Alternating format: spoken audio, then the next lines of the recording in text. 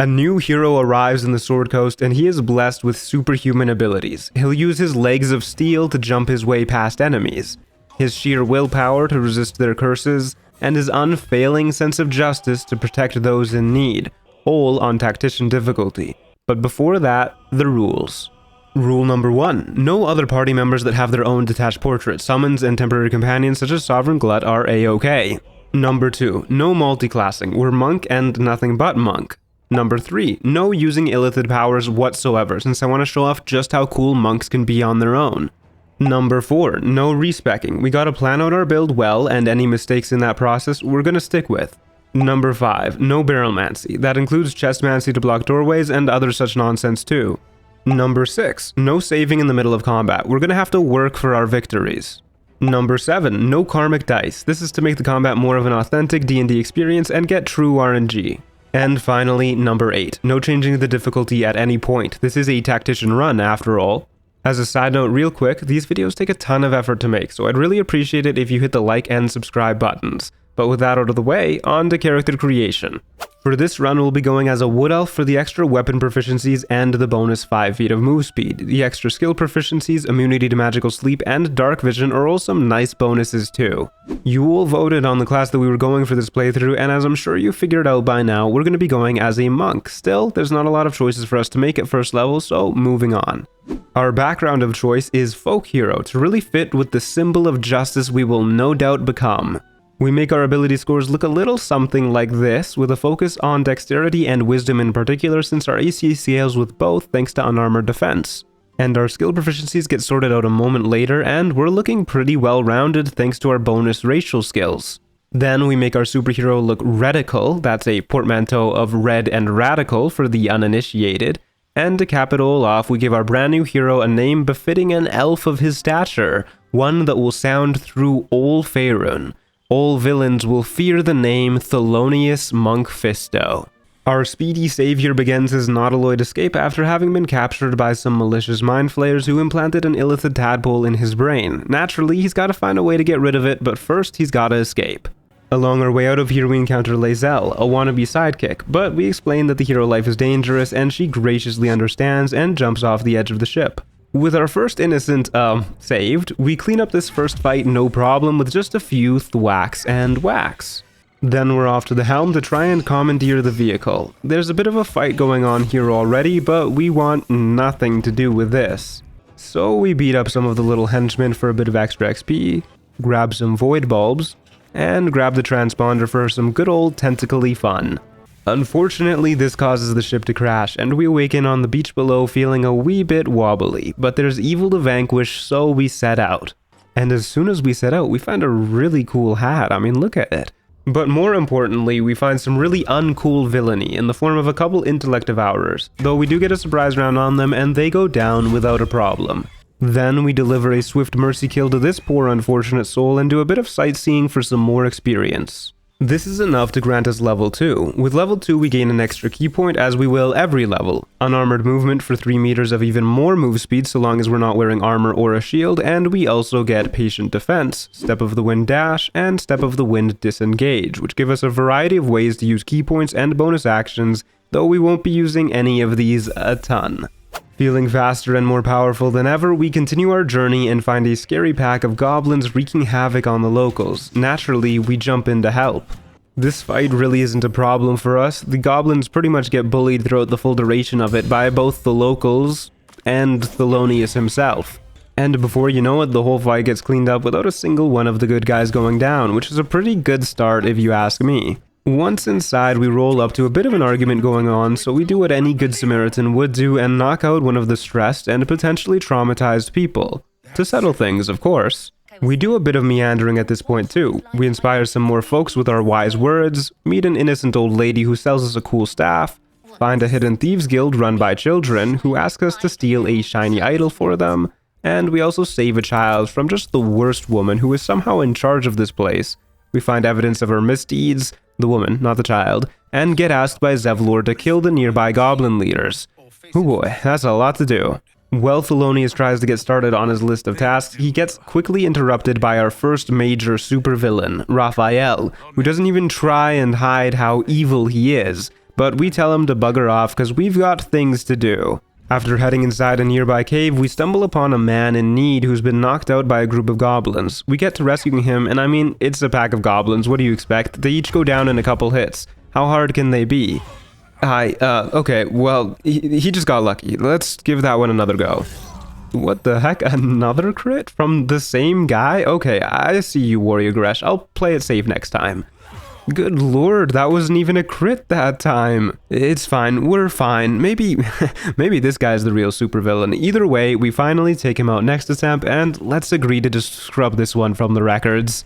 To reward ourselves for defeating this great evil, we don a beautiful cape that at the very least makes us feel faster, if nothing else. I mean, look at Thelonious go. And as further reward, we get to pet the best boy too. Then we're off to the Blighted Village, where we find someone breaking the law via public intoxication, so we make sure that they learn their lesson, and we convince the local goblins that we belong so no funny business happens. Well, here we also grab the Haste Helm, which gives us momentum for 3 turns at the start of each combat, and momentum is an extra 1.5 meters of movement per turn remaining. This will really help us close any gaps to our enemies when a fight starts. And for tricking the goblins, we also got enough experience for level 3. This is our much awaited subclass level where we go Way of the Open Hand, granting us a bunch of different variants to our flurry of blows, allowing us to knock enemies prone, push them back, or prevent them from making attacks of opportunity. And we also get Deflect Missiles, which allow us to use our reaction to reduce range damage by a bit, with the option of throwing it back at the enemies for a key point. To top it off, our martial arts die increases to a d6 instead of a d4, which means more damage on our unarmed attacks. Returning to our misadventures, we head into the basement of the apothecary, where we find the Bracers of Defense.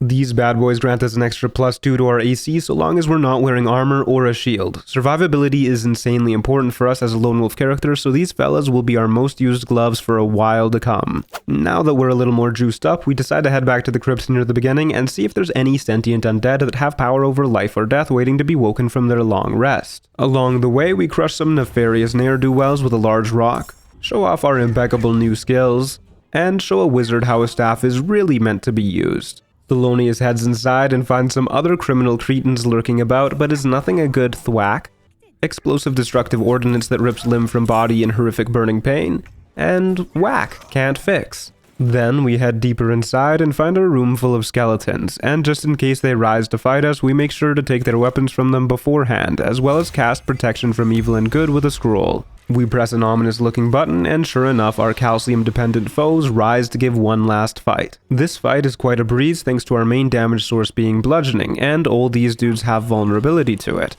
It does get a tad scary for a moment when the first instance of damage causes us to lose our concentration, but just to be safe, we recast it on our next turn and heal up.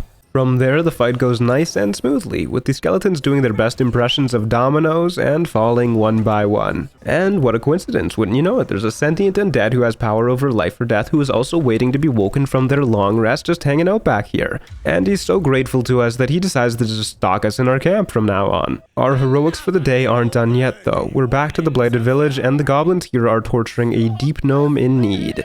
So we tell them they gotta go, either the easy way or the hard way. The head honcho gets a good sniff of us and knows we mean business, so he decides to head out. Another innocent rescued, and we're moving on to the goblin camp. Along the way there's a checkpoint with a few henchmen, but we help them realize that it's in the best interest of their bones to let us through, and we arrive at the camp proper a moment later. Once inside we meet up with Priestess Gut, one of the goblin leaders, and we convince her to wait for us somewhere a little bit more private, and she happily obliges. But before we get to that, we swing by this gentleman who offers to give us some penance and see how tough our bod is. Thelonious is not one to pass up the opportunity to show off his super bod, so we give it a whirl. And when all is said and done and we've given this fella an experience that was positively divine, we get Leviatar's Love, a permanent buff that gives us +2 to attacks and saving throws well below 30% HP. Not always helpful, but nice in a pinch. Then we head to the next room, take out the guard inside, and free Volo, everybody's favorite wizard who would really love to catch up with us, but would prefer to do so at our camp and not inside a goblin fortress. Unfortunately, our conversation gets cut a bit short by a couple of goblins stumbling upon us, but hey, it wouldn't be an infiltration mission if we didn't have to stash a few bodies in some closets. Now that we're done everything else we need to in the goblin camp, we meet up with the priestess, lure her over to the edge, and try and shove her off, and it just doesn't work. Like, She failed the saving throw and everything. I'm still pretty miffed about this because it resulted in us getting another death too, but we try again with a regular shove and that doesn't work either, and neither does a void bulb, so I don't know, maybe you just can't shove her. Either way, our main goal for now is to get into her private quarters, so we just pick the lock, head inside, and tiptoe past Guts gal pal that just so happens to live in her bedroom. And at the back of the room, there's a secret passageway that plunges into the cavernous depths of the world that lurks below us, and so Thelonious descends. Once in the Underdark, we find a hella cool sword, and after giving it a bit of a blood sacrifice, it decides to join us as our long-term weapon. This sword is of course Falar Aluv, a +1 longsword that has the ability to either shriek or sing for 5 turns once per short rest as an action. If you choose to shriek, all nearby enemies take a 1d4 penalty to their mental saves and take an extra 1d4 thunder damage per hit. And if you choose to sing, all nearby allies get a 1d4 bonus to their mental saves as well as a 1d4 bonus to attack rolls. This sword is crazy good for builds that are planning on hitting a whole lot thanks to its shriek, and as a monk we're going to be hitting enemies a ton.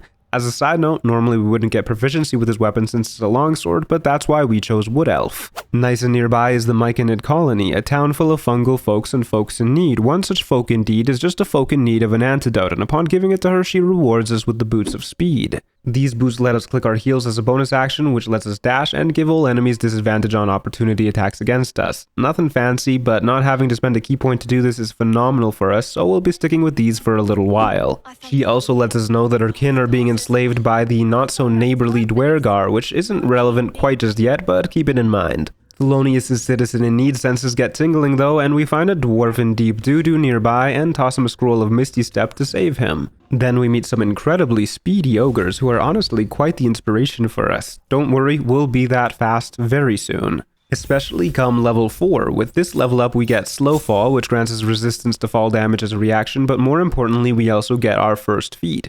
We choose Mobile for this go around, and before you say it, I know the optimal build is to use Tavern Brawler and Strength Elixirs, but since I used that already in my fighter run, which you should really check out, I decided to mix it up. Mobile grants us an extra 3 meters of move speed, which totals us up to a metric boatload, as well as makes it so when we dash difficult terrain doesn't affect us. But above all, it makes it so when we attack an enemy, they can no longer opportunity attack us for the rest of the turn, allowing for insane hit and run tactics. With our dash and Boots of Speed, our camera can barely pan far enough to keep up with our move speed.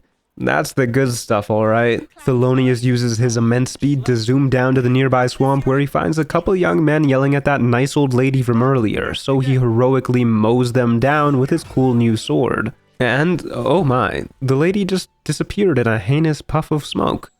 Oh well, that's a later problem. For now, we head deeper into the swamp to finally grab that evidence to prove Kaga, the evil druid lady, is in fact evil. But there's a lot of scary dudes, so we just use a scroll of invisibility and a potion of glorious vaulting to sneak in. We grab the proof that we need and fast travel out to safety.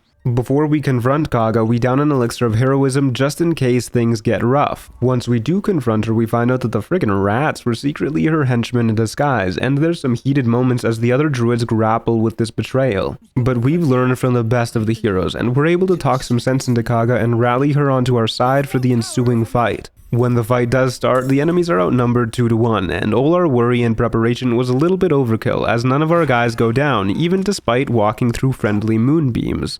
All the rat folk go down easy though. We don't get the hero's reward we clearly deserve, so afterwards we take matters into our own hands by yoinking the idol of Sylvanas since they don't really need it anymore anyways. And we turn it into the Tiefling kids for our first major ring, the Ring of Protection. This little fella gives us a +1 to both our AC and saving throws. Not a wild effect, but I have a hard time imagining any other ring we'd rather have. Now that we're properly kitted out, we head back to take the goblin leaders on properly, starting with Priestess Gut. With Shriek active, we enter turn-based mode, making a swing at her, which unfortunately is a crit miss, followed by a flurry of blows for a second crit miss, and then a crit hit, which is all sorts of emotionally confusing. And unfortunately, we're just shy of finishing her off the next turn, which means she gets to alert the entire rest of the camp to our presence. So on our next turn, we finish her off and use our mad move speed to get out of dodge and head straight to bed to refresh our resources. Our rest is not so restful though, as the next morning Volo says he can help us out with our tadpole problem, and with a little tap,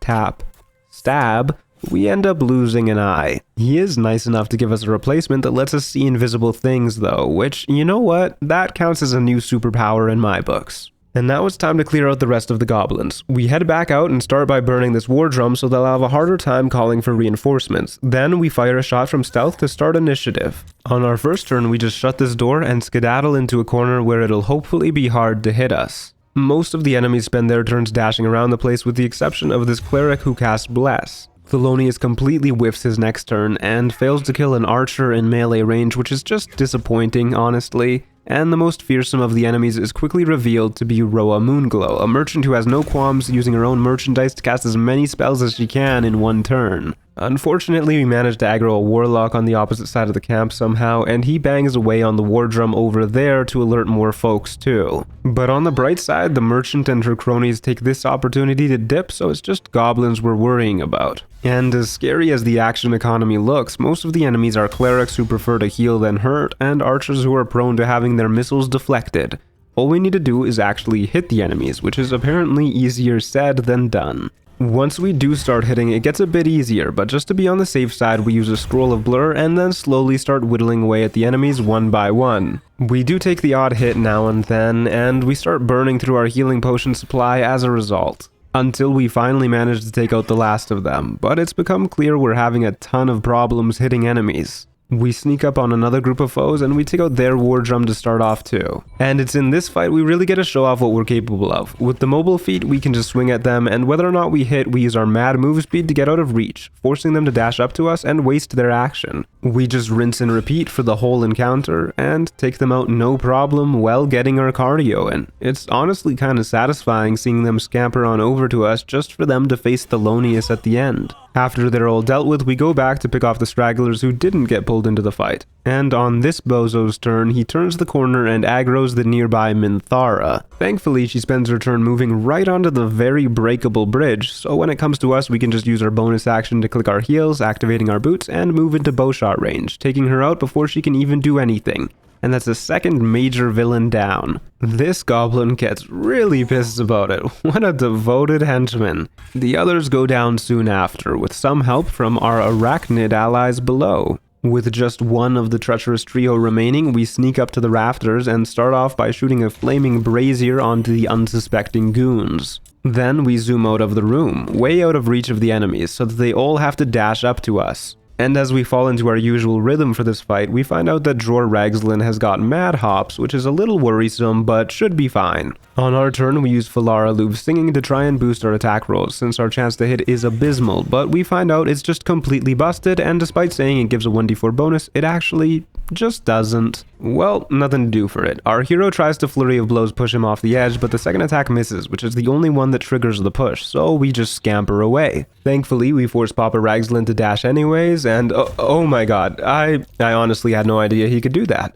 But don't you worry, Mr. Monkfisto has one last trick up his sleeve. With a potion of flying, we zoom out of the pit, and now we're faster than ever before. There's not much the enemies can do from this point, as we just swing at them, and then travel to another zip code every turn. And to make matters worse for the goblins, this spider decides to just phase out of its prison and start wreaking a bit of carnage on its own. Just a few more rounds of bullying Dror and his gang, and the heinous hobgoblin goes down for the count. Once we're done inside, we've got one last thing left to do on the outside. We prep up with Falara Louv's Shriek and step into a veritable horde. Thankfully, we're only here for one of them, Crusher. We zoom on over to him on our first turn just to have him belt us with rocks, which don't count as missiles for deflect missiles purposes, and take some blows from other dudes too. So on our next turn, we down a potion of speed, disengage, fail a swing, and start zooming to the high ground. Crusher follows us up unknowing that this was our goal all along, and we're able to finish him off next turn with a lucky few hits.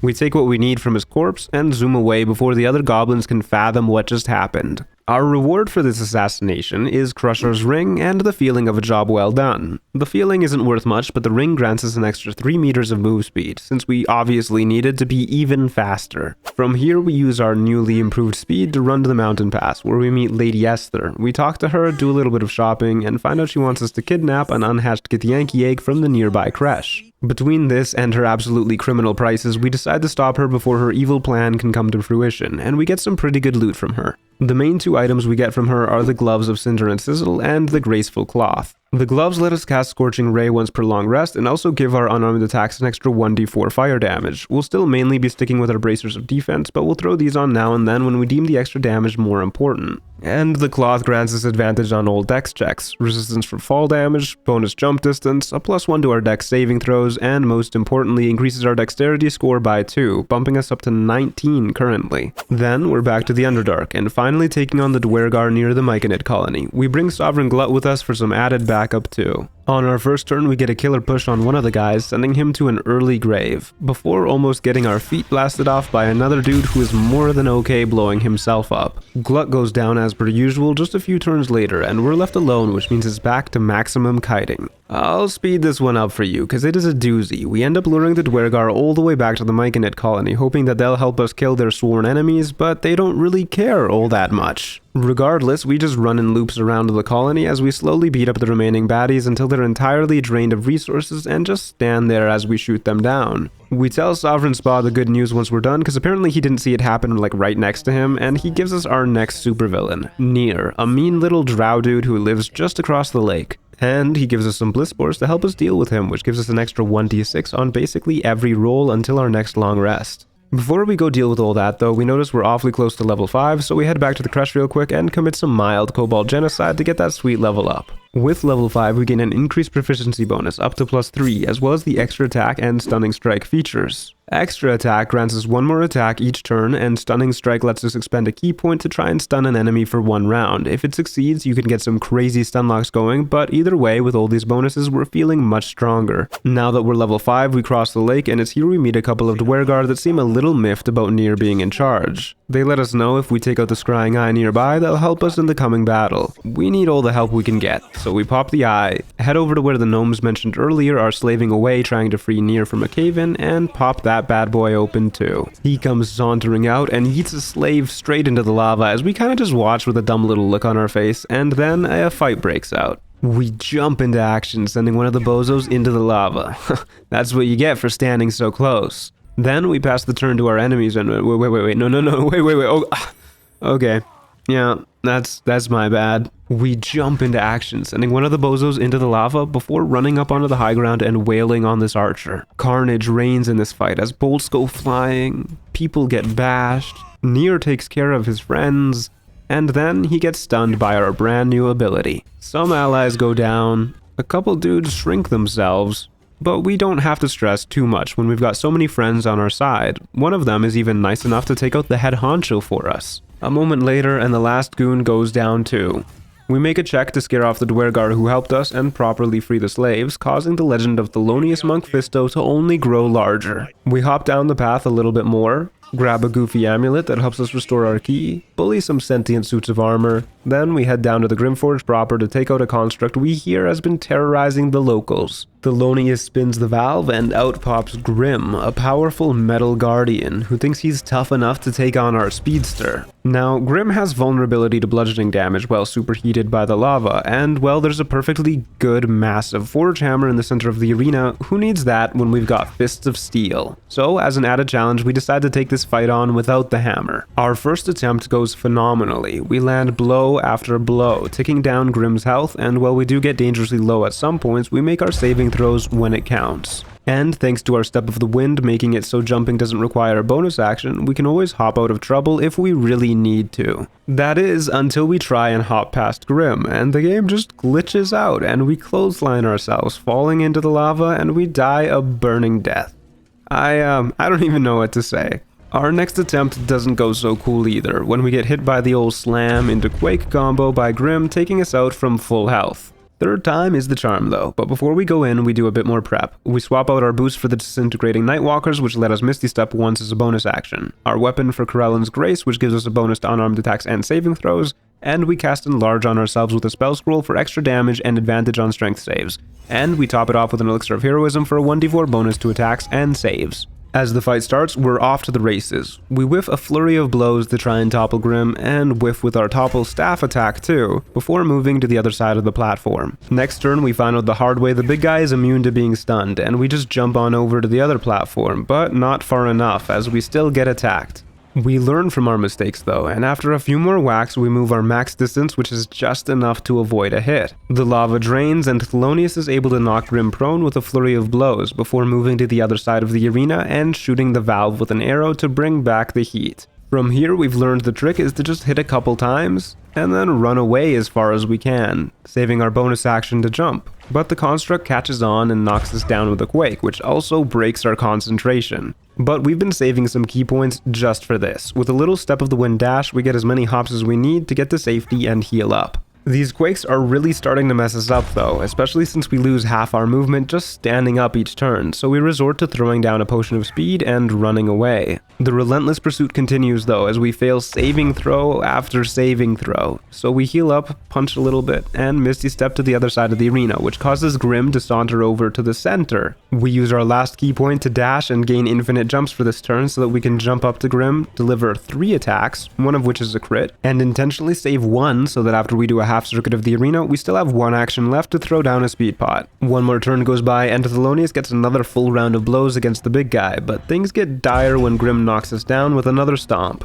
Our last turn of speed potions has come upon us and our foe still has a ton of health left. There's nothing we can do but believe, and the belief pays off when we get a huge crit, followed by a hit, and another hit, and one final punch to finish off this criminal construct. We don't really get a reward for this one since the adamantine gear is pretty useless for us, but man did that feel good. Just a few more things to do before we're done with Act 1, and first on that list is making sure the old lady in the swamp is doing well, and oh no, man, how did our villain senses miss this one? Well, a fight starts with her and her garden gnomes, but she just runs away. And the garden gnomes, or redcaps if you prefer, go down pretty easily. If these are her goons, she's probably a massive pushover herself. Then we're down to the basement where Ethel tries to put the moves on us before we stumble across a room filled with poor innocents being mind-controlled by her. Thelonious knows the right thing to do is to put them out of their misery, so we activate Falaraluf's Shriek and run into combat. This fight really ain't too bad if you ignore the one round where we get knocked down to literally 1 HP after getting hit by every enemy, but soon after we take out the first of them and they don't really have the damage to kill us. Sure enough, they're down in a matter of moments, and that's more innocents saved by our hero. Before we take on the horrible hag herself, we prepare by downing an elixir of poison resistance, casting protection from evil and good, coating our sword in drow poison, and drinking a potion of invisibility. Then we sneak in, rescue Mayrina while invisible, use Volo's Eye to find the invisible Ethel, and start to wail away at her, with a stunning strike which also puts her to sleep, causing a really awkward series of events, but eventually the fight starts. Ethel conjures up all her clones, and I'm not gonna lie, this fight just doesn't go well for us. We barely do any damage before we get hold-personed, and shortly thereafter, brutally bashed. With the resources we had on hand, this fight was real rough, and it took something crazy like 7 attempts. On one attempt, we used a scroll of Wall of Fire to take Ethel below her health threshold, which resulted in Mayrina instantly dying, because apparently the cutscene teleports her to that part of the map specifically. Another go around, we summoned the ogres, which I also wouldn't recommend, since one of them went very far out of his way to kill Mayrina. The attempt that finally makes it work isn't even that remarkable, we just roll higher in initiative and hit her with a stunning strike. And then the next turn, we hit her with another one. And another one after that. And that's how you do it apparently. Ethel surrenders and offers us power in exchange for letting her go with Mayrina. Naturally we'd like to save the girl, but well, you know, this power will probably help us save more people. Sorry Mayrina. Catch you on the flip side. For our power up, we gain an extra permanent +1 to our dexterity, bumping it up to 20 and our modifier to a +5. Now we've got one last thing to do before we head to Act 2. The Githyanki Kresh has been causing carnage for the locals. It's up to us to take them out. We head inside and convince them to take us to their leader relatively easily.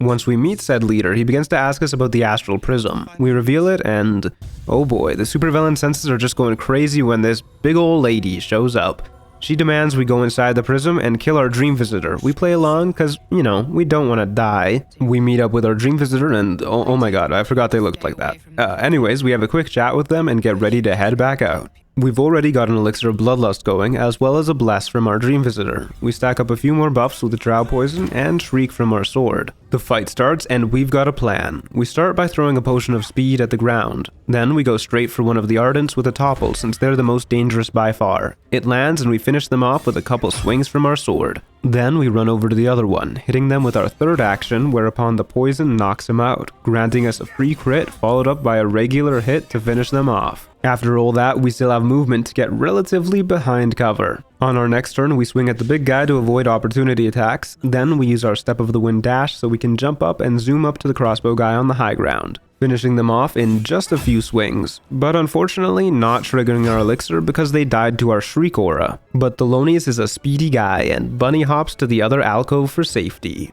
Trust me, this is the fastest way to move. The enemies do their best to reach us to no avail, and on our next turn we get a good couple whacks before running away and refreshing our speed pot. The last henchman gets a killer hit on us that leaves us dazed, reeling, and about to break, but we finish her off in retaliation. With just Wargaz left, it's hit and run for days, and he just does not have the stuff to keep up with us. And before you know it, the last major fight of Act 1 is down easy peasy. We fight our way past the rest of the warriors waiting for us outside and manage to eke out one more level up from Act 1. Level 6 grants us another 1.5 meters of unarmored movement, key-empowered strikes which lets our unarmed attacks count as magical for resistance purposes, manifestation of mind, body, or soul which lets us add 1d4 plus wisdom, psychic, necrotic, or radiant damage respectively to our unarmed strikes, as well as wholeness of body, which once per long rest as an action restores half of our key points, and for the next 3 turns we gain an extra bonus action as well as 1 key point at the start of each turn. This level is such an insane offensive power spike for us, and I'm really looking forward to seeing how it performs in the next act. With that, we're all done with Act 1, and we head to the exit in Grimforge to enter the Shadow-Cursed Lands, where there will no doubt be many more people in need of saving. Thank you all so much for watching. Here's the stats for Act 1. The continued support on these class challenge videos and live streams is so amazing, and it makes it so much more fun for me to do. I hope your holidays were wonderful, and if you enjoyed the video, please like, subscribe, and consider joining our Discord. There's a link in the description below. And a very special thank you to our Storyteller tier members, Bunny Warren and Player5.